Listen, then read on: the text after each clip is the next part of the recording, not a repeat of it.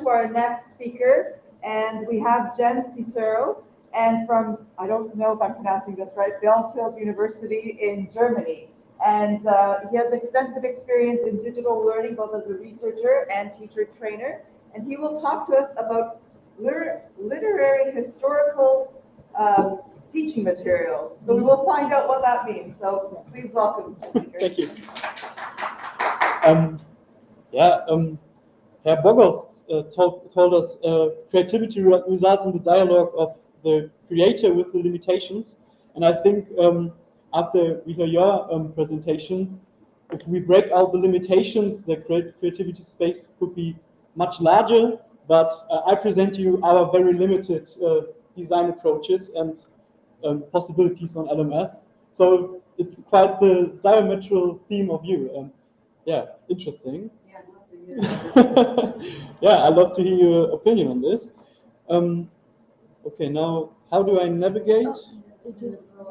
But I think I have to hide this. Yeah, that won't work. Okay, okay, it works. Okay, fine.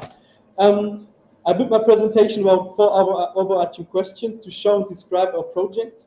What, why, how, and with what sustainability.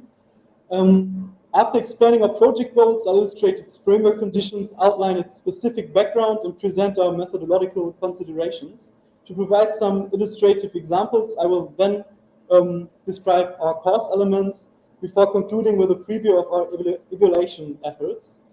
Let's start with some information about our project and answer the question about our project goals.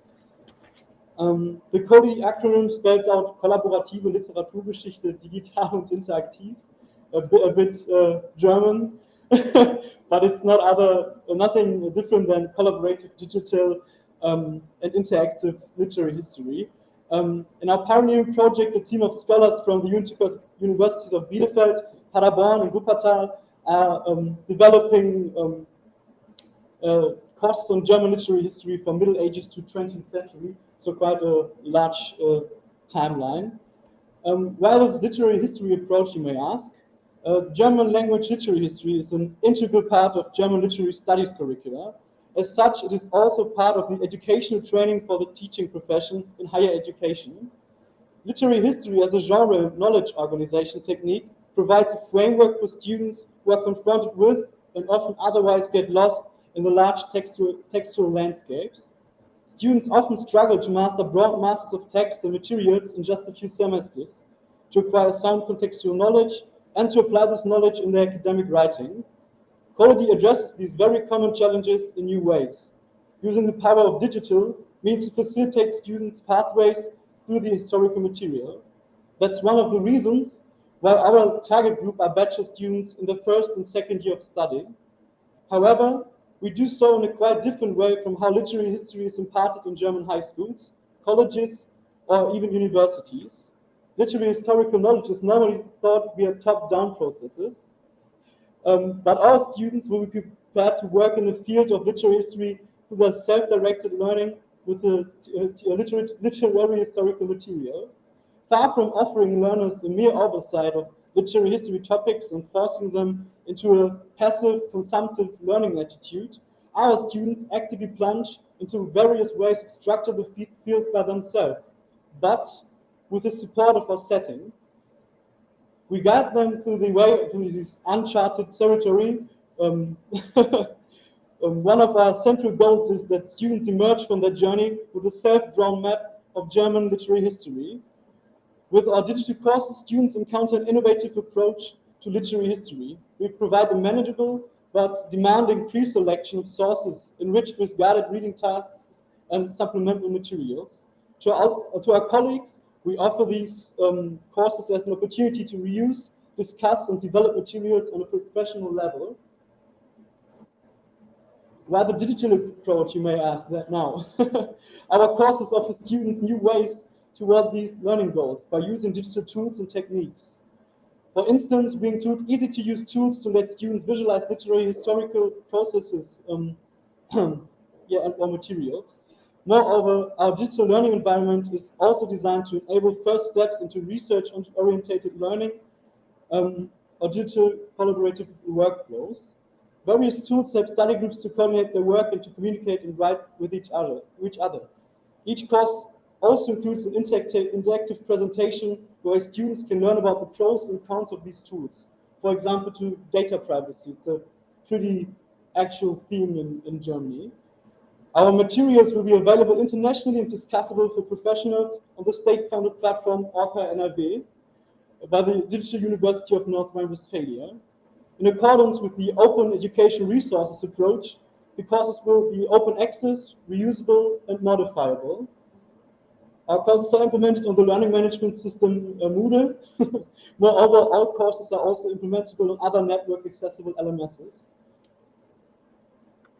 After I answered the question what our project does, I now answer the question why we choose our path. I will cut the explanations of the governmental framework and will start with the academic view on the topic. Only to some extent, the COVID-19 pandemic has become a catalyst for discussions on digital teaching methods in German studies. In the last 10 years, there have been some initiatives to develop digital learning materials, but rarely does one hear about German study scholars share experiences in their practical digital teaching attempts. The discourse about digital learning has been delayed, if not outright rejected within the discipline. Although it is remarkable that with the pandemic, a first attempt to collaborate has been made. An exchange platform was founded in 2020. Colleagues from Germany, England, Belgium, and the Netherlands came together to start an interprofessional exchange and launch the platform Digitale Lehre Germanistik.de. Although the efforts made by the organizers are remarkable, however, the few resources listed on the website mainly refer to linguistic text analysis. To summarize, the so-called Corona semesters revealed that digital learning formats, collaborations, and literary competencies for working in digital environments have been widely neglected in the teaching discipline. So far, the teaching of literary history especially has not been addressed by any of the aforementioned developments. Moreover, it seems like as if no professional development interactive distance learning courses exist at the university level. The closest thing are courses offered by the Open University Hagen, which are only accessible to its enrolled students. The KoLidi project addresses this lack of open access to digital learning and teaching and embraces the discourse about it. No stress, I will not read that out. With respect to teaching literature in a digital environment, one central challenge for the KoLidi project lies in the question on how to combine individual readings and new ways of digital collaborative learning productively. Uwe Küchler describes this challenge like this. He emphasizes knowledge hermeneutics, knowledge organization, and the reflection of it. On the practical level, this means that digital courses should encourage users to dialogue about what they have read and what they have learned. Literary studies as a discipline does not have broad parameters or answer catalogs according to which a computer system can evaluate the answers. At the core of our discipline is the ability to find one's own intellectual voice and make it sound. To us, dialogue means the exchange of individual sides, and students need to be introduced to this way of thinking, speaking, and writing. This is one of the reasons why the classroom, the seminar, is still preferred over a digital meeting room or any learning management LMS by so many of our colleagues. We do subscribe to the importance of these more classic methods. However, we do think that smart instructional design can take the disciplinary habits of older methods into account. Therefore, courses, and we have to, sadly, however, we also think, therefore, courses must work with an open question and answer structure. As a result of automatized tasks, for instance, is an opportunity to get back into exchange and to foster this discussion about our student users.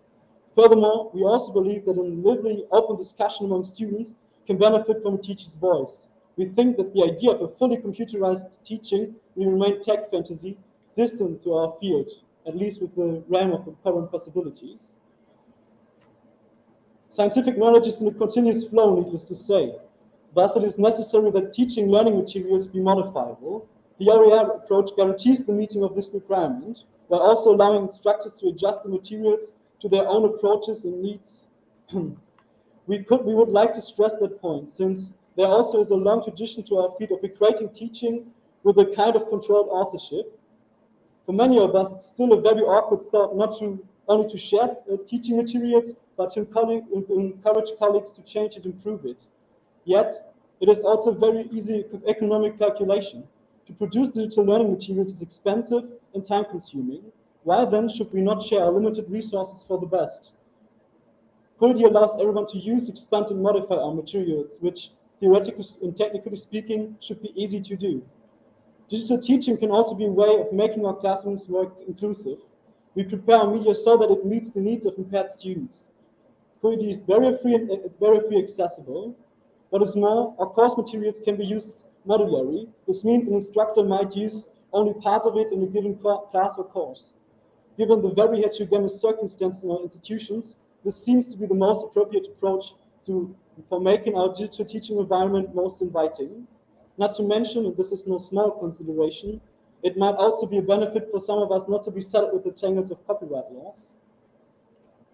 Realizational methods. After these quite enormous sayings, now we go a bit practical in the field. Our lecture courses rely on the modified model of the constructive alignment approach of the Big and 10. In synopsis, we follow 3 overarching questions. What are learning outcomes or learning goals expected in the course? What kind of teaching and learning methods, as well as learning activities, are used to achieve the learning objectives? And how can we best assess the achievement of learning objectives and outcomes by examination? Our learners need to discuss literary texts based on a specific methodological apparatus. They are becoming familiar with these methods and ways of thinking while working on a specific task in the field of literary history. Although it is important to say that there is no such thing as a singular monolithic literary history, we rather think and speak of literary histories in plural mode. Any approach to literary historical processes is shaped by the perspective of its observer. Our learning outcomes do speak to this very basic but still complicated to learn insight. We would like students to see these 8 meta competencies in every course is imparted with smaller competency lines. I will not read them out, but because we have not that much time, right? Yeah, it's like all the procedural thinking structures that have to be taught, and also researching their competencies. Our teaching and learning approach can be described in 2 topics, the task types and the media formats. I'll start with the task types. The teaching and learning structures are oriented towards basic hermeneutic processes of understanding and learning that are fundamental to scientific argumentation and research. To that end, students are guided by various task types which are set by different levels. First, we need to ensure that students' understanding of the given text. Comprehensive orientated questions guide students in their reading, helping them to establish an overall understanding of the literature. They draw their attention to key passages of the text that particularly illustrate the chosen thematic focus of the course. These questions, which tend to be small-scale, provide concrete clues as how students should approach certain aspects of texts. Secondly, we seek to deepen the students' basic knowledge through certain exercises. Exercises enable students to acquire, deepen, and practice basic knowledge about historical, aesthetic, or methodological aspects of the works they are reading. Comprehensive orientated questions and knowledge exercises do not follow a strict chronology. Depending on the specific features of a certain text, students need to build a foundational understanding first, before continuing with the reading. On the other way around, students need to comprehend the text before they can even proceed with any form of knowledge-based exercise.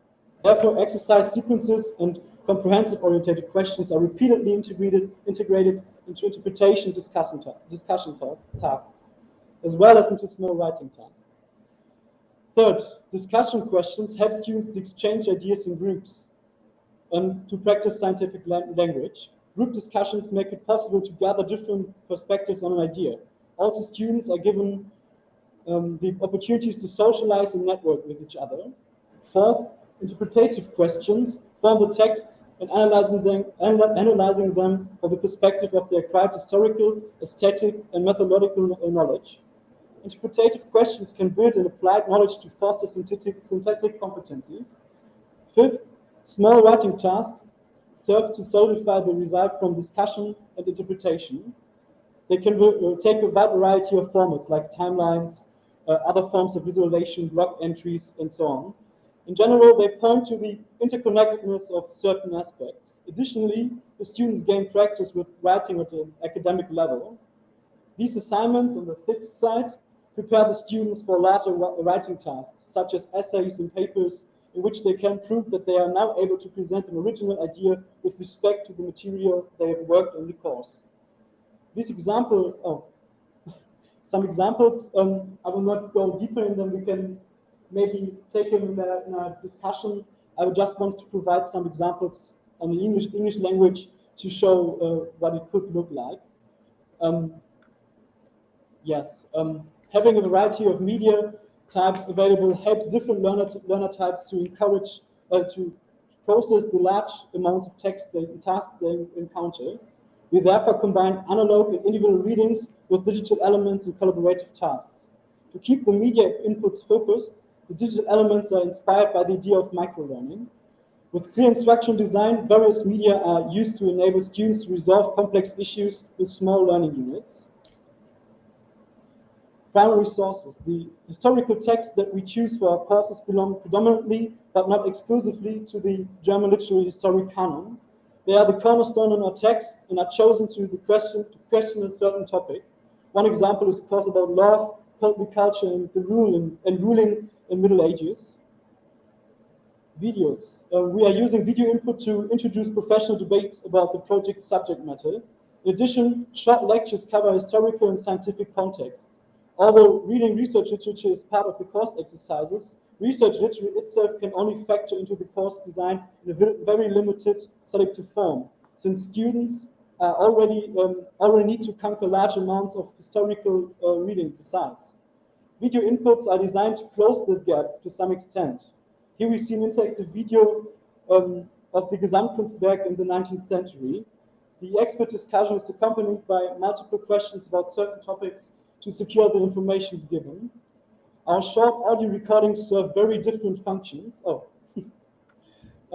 They range from subject-related matters to methodological accesses to the field. The audio files within the single, I'll hurry up. The audio files within the single course vary. For example, in a course on the transformations of the dramatic form of the 19th century, these range from the explanation of meta-theatrical structures in Friedrich Schiller's Maria Stuart to the distinction of different modes of representation in literary and non-literary texts. Here we see a podcast on our YouTube channel about the reading and hearing literary text as a scholar of German studies. Images are mainly used to illustrate the contemporary reception of the reading assignments. We also present images of manuscripts and first imprint editions. In addition to these instructional aspects, images brighten up flat textual surfaces in response on how reading habits in digital environments differ from those on the printed page. On the left, we see how images accompany by an underlying podcast. The right picture shows a part of an interactive presentation where different iconographic approaches of the Maria Magdalena figure and their political implications are explained.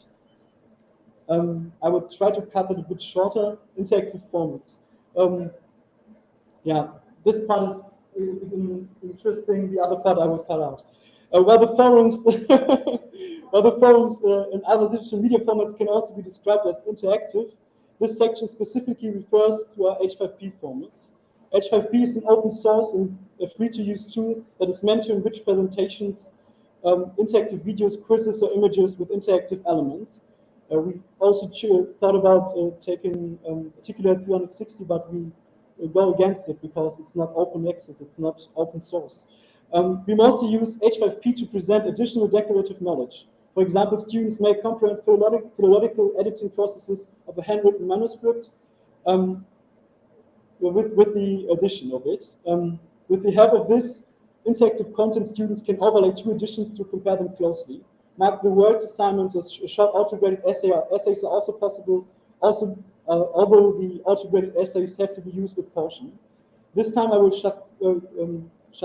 cut short because I also told about it. It's just an example how these essayistic assignments could look like.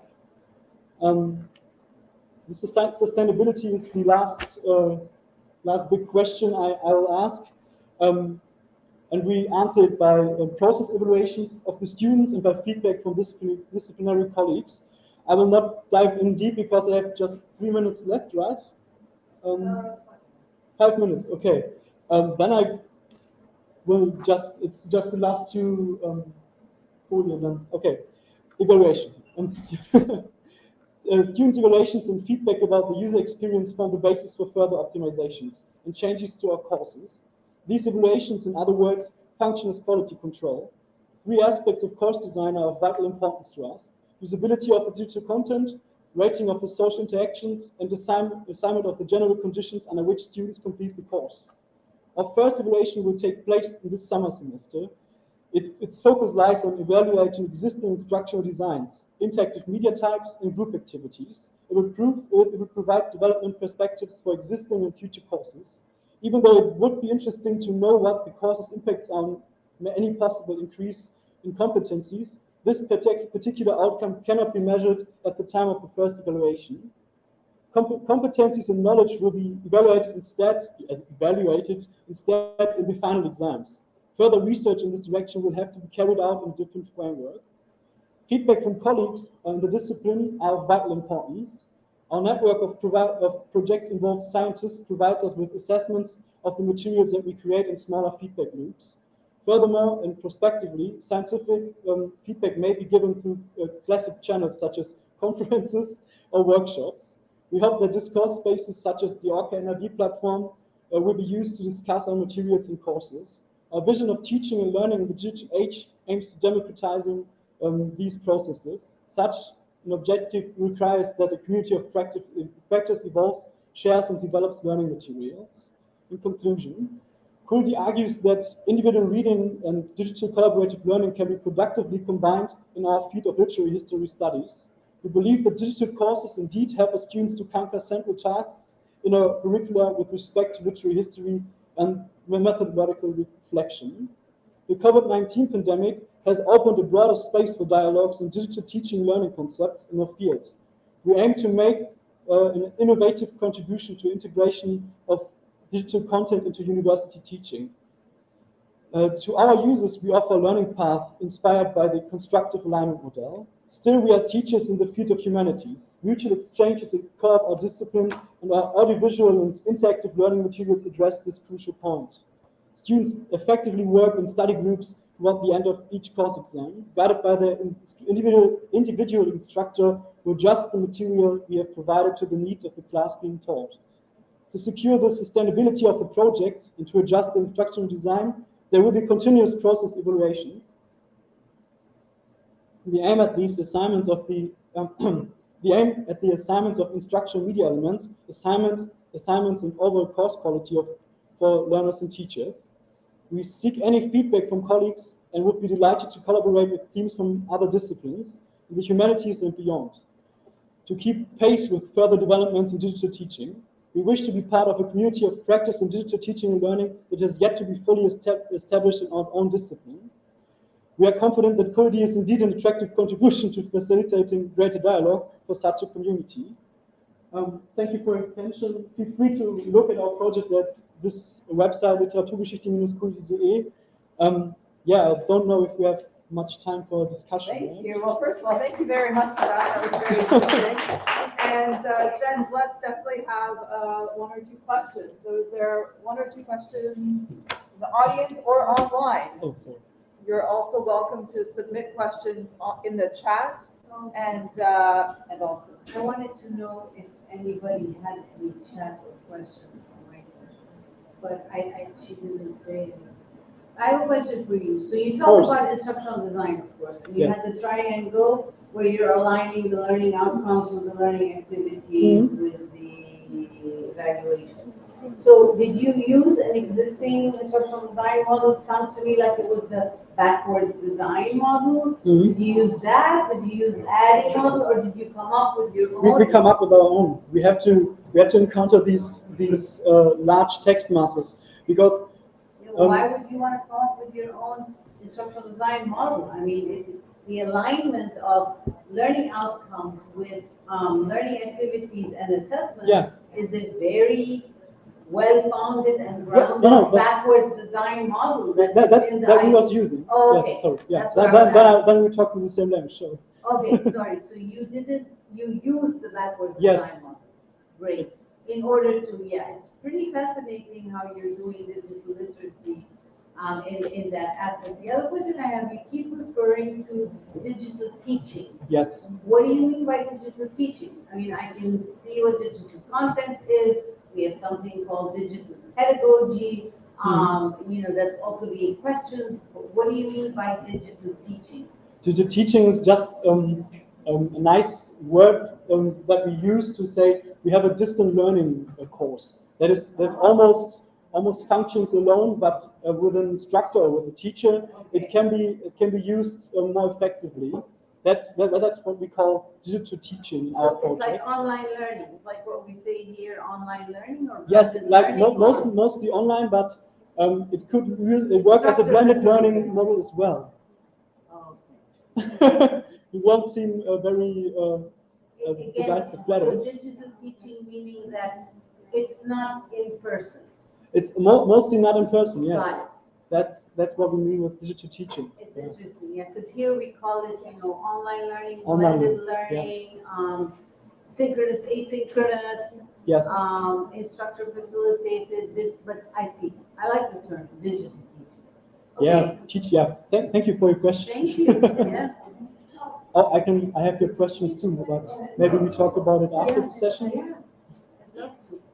Okay. Thank you. Thank you so Did I much. get any chat did we get any Yeah, questions? no, the chat is. Okay, well, thank you very much. Thank you for your talk. Thank you. All right, thank you very much.